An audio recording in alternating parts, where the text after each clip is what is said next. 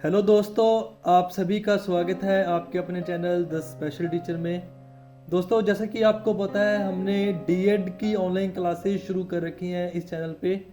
तो दोस्तों, अगर आप उन क्लासेस को रेगुलर लगाना चाहते हैं और हर एक नोटिफिकेशन पाना चाहते हैं तो डिस्क्रिप्शन में एक व्हाट्सएप ग्रुप का लिंक दे रखा है।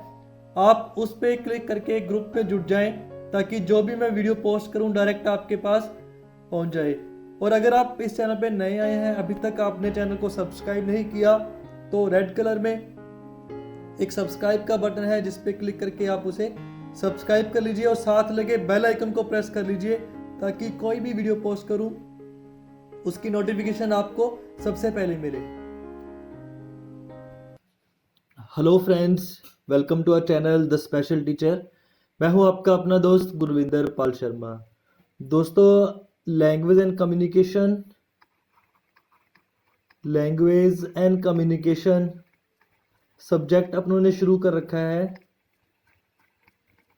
और इसकी अभी तक 4 क्लासेस हो चुकी हैं। अगर कोई स्टूडेंट इस वीडियो से फर्स्ट टाइम चैनल के साथ जुड़ा है तो डिस्क्रिप्शन में से 4 जो क्लासेस हो चुकी हैं लैंग्वेज एंड कम्युनिकेशन की, उनका लिंक दे रखा है डिस्क्रिप्शन में। आप उसे ओपन करके वो क्लासेस देख सकते हैं। उसके बाद इस क्लास से आप कंटिन्यू कर सकते हैं। तो दोस्तों, लास्ट क्लासेस में अपनों ने लैंग्वेज एंड कम्युनिकेशन के कुछ टॉपिक्स कवर कर लिए हैं यूनिट फर्स्ट के। तो आज की इस क्लास में हम स्ट्रक्चर पढ़ेंगे। स्ट्रक्चर ऑफ लैंग्वेज क्या है, इसके बारे में डिटेल में पढ़ेंगे आज की इस क्लास में। दोस्तों, बात करते हैं लैंग्वेज की। अगर लैंग्वेज की बात करते हैं दोस्तों, तो अपनी डेली लाइफ में जो ह्यूमन बीइंग है लैंग्वेज को इतना ज़्यादा यूज़ कर रही है तो लैंग्वेज उसे बड़ी आसान लगती है। वो लैंग्वेज की जो कॉम्प्लेक्सिटी है, स्ट्रक्चर की जो कॉम्प्लेक्स स्ट्रक्चर है, उसको नहीं महसूस कर सकते। वो समझते हैं कि लैंग्वेज बड़ी ही सिंपल है क्योंकि डेली रूटीन लाइफ में इतना ज़्यादा यूज़ हो रहा है लैंग्वेज का, स्पीकिंग में, राइटिंग में, रीडिंग में।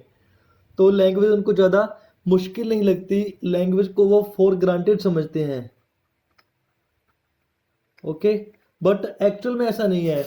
जो लैंग्वेज है उसकी स्ट्रक्चर काफ़ी कॉम्प्लेक्स है। अगर मैं कोई सेंटेंस नहीं, अगर मैं कोई फ्रेज बोलूँ, स्मार्ट बॉय, मैंने एक सिंपल सा फ्रेज लिखा स्मार्ट बॉय। ये फ्रेज देखने में बड़ा सिंपल लग रहा है लेकिन एक्चुअल में इसकी काफ़ी प्रोसेस है। फिर जाके स्मार्ट बॉय का एक छोटा सा फ्रेज बना है। अगर इसकी जगह पे बॉय स्मार्ट लिखा जाए वो गलत होगा, ठीक है, बिकॉज ऑफ इस स्ट्रक्चर। बात करते हैं कि जो लैंग्वेज की स्ट्रक्चर है वो इजी है या कॉम्प्लेक्स है, इसके बारे में और डिटेल में। दोस्तों, जब आप अपनी कोई मदर टंग बोलते हैं, अपनी कोई मातृभाषा बोलते हैं, लाइक हिंदी होगी, पंजाबी होगी, आपको बड़ी आसान लगती है बोलने में। लेकिन जब आप मदर टंग के बजाय कोई फॉरेन लैंग्वेज सीखते हैं, लाइक स्पेनिश हो गई, फ्रेंच हो गई, चाइनीज होगी, कोई भी अदर लैंग्वेज जो आपकी मदर टंग नहीं है, उसको नई लैंग्वेज को आप जब सीखना शुरू करते हैं तब आपको एक एक वर्ड, एक एक स्ट्रक्चर बड़ी हार्ड लगती है। कोई भी एक होला, हेलो की जगह स्पेनिश में होला यूज करते हैं, आपको बड़ा अटपटा सा लगेगा। सीखना पड़ेगा आपको हर एक चीज को। तो जो स्ट्रक्चर है लैंग्वेज की बड़ी कॉम्प्लेक्स है, उसको धीरे धीरे सीख सकते हैं अपने। ओके, तो जो लैंग्वेज की स्ट्रक्चर है इसके 5 कंपोनेंट्स हैं जो स्कॉलर्स ने डिवाइड कर रखे हैं। फर्स्ट है फॉर्म। फॉर्म के अंदर फोनोलॉजी, मोर्फोलॉजी, फोनोलॉजी, मोर्फोलॉजी और सिंटेक्स आ जाता है। सेकंड है यूज। यूज के अंदर प्रैग्मेटिक्स आ जाते हैं। एंड थर्ड है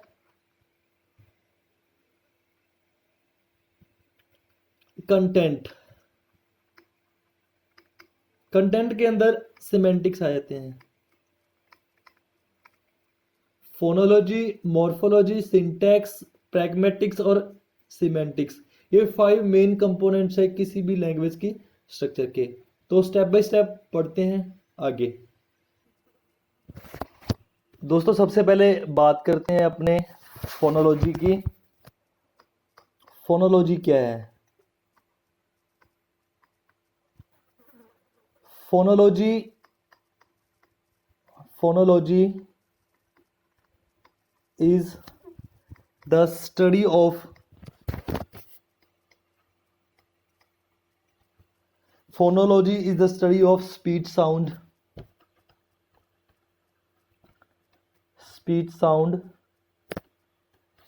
in any particular language.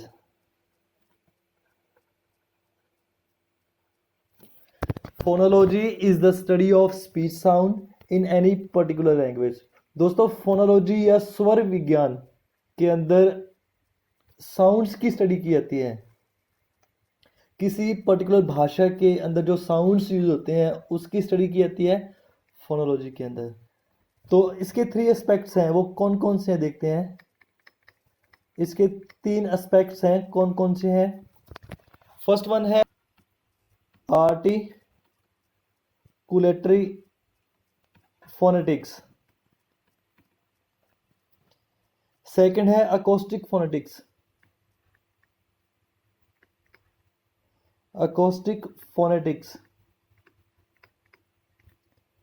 Third one है ऑडिटरी फोनेटिक्स।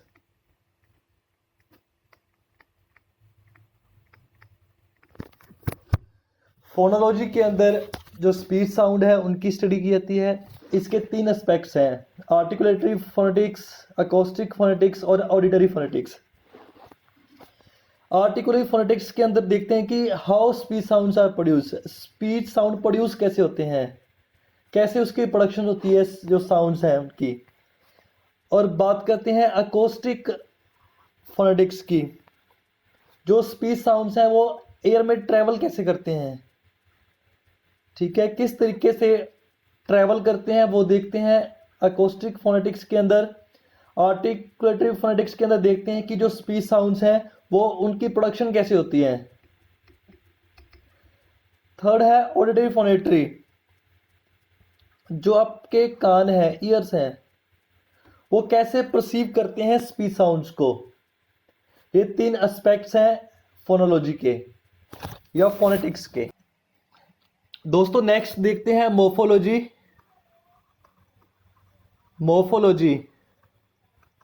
मोर्फोलॉजी क्या है दोस्तों? मोर्फोलॉजी स्टडी है मॉर्फिम्स की, study of morphemes is known as morphology. Morphemes क्या है? इसके लिए एक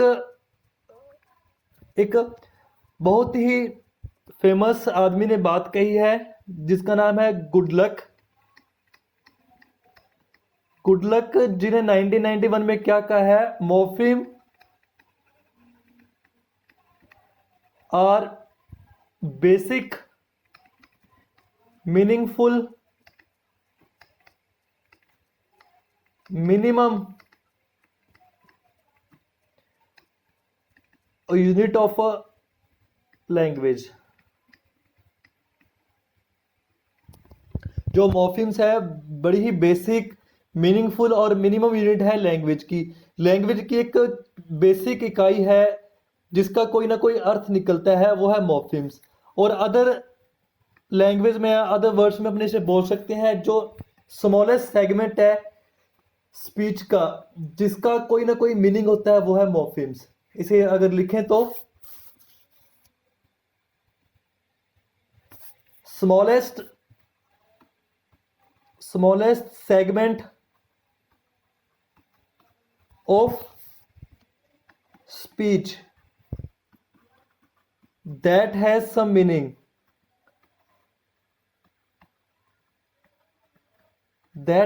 meaning, is morpheme। ठीक है, एक ऐसा स्मॉलेस्ट सेगमेंट स्पीच का जिसका कोई ना कोई मीनिंग होता है, वो है मॉर्फीम। दोस्तों बात करते हैं मॉर्फीम की। जो मॉर्फीम है ना, ये दो प्रकार के होते हैं, या टू टाइप्स ऑफ मॉर्फीम्स। एक है फ्री मॉर्फीम और सेकंड है बाउंड मॉर्फीम्स। फ्री मॉर्फीम्स और बाउंड मॉर्फीम्स। दोस्तों हो सकता है कि आपको मेरी राइटिंग समझने में प्रॉब्लम आए, लेकिन मैं बोल रहा हूं ताकि आपको समझ आए अच्छे से। फ्री मॉर्फीम ये इंडिपेंडेंट आ सकते हैं काम में, ठीक है। जो बाउंड मॉर्फीम है वो इंडिपेंडेंट या इंडिविजुअल यूज में नहीं आते। फ्री मॉर्फीम के अगर एग्जांपल लेके चलें, प्ले, गर्ल, बॉय, द, ये सारे एग्जांपल हैं फ्री मॉर्फिम्स के।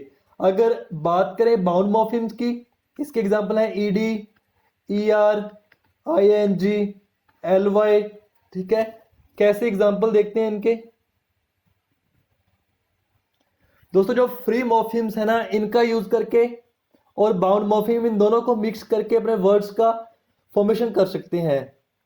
लाइक अगर बेस वर्ड लिया प्ले और बाउंड मॉर्फिम में लिया ईडी, तो वर्ड बना प्लेड।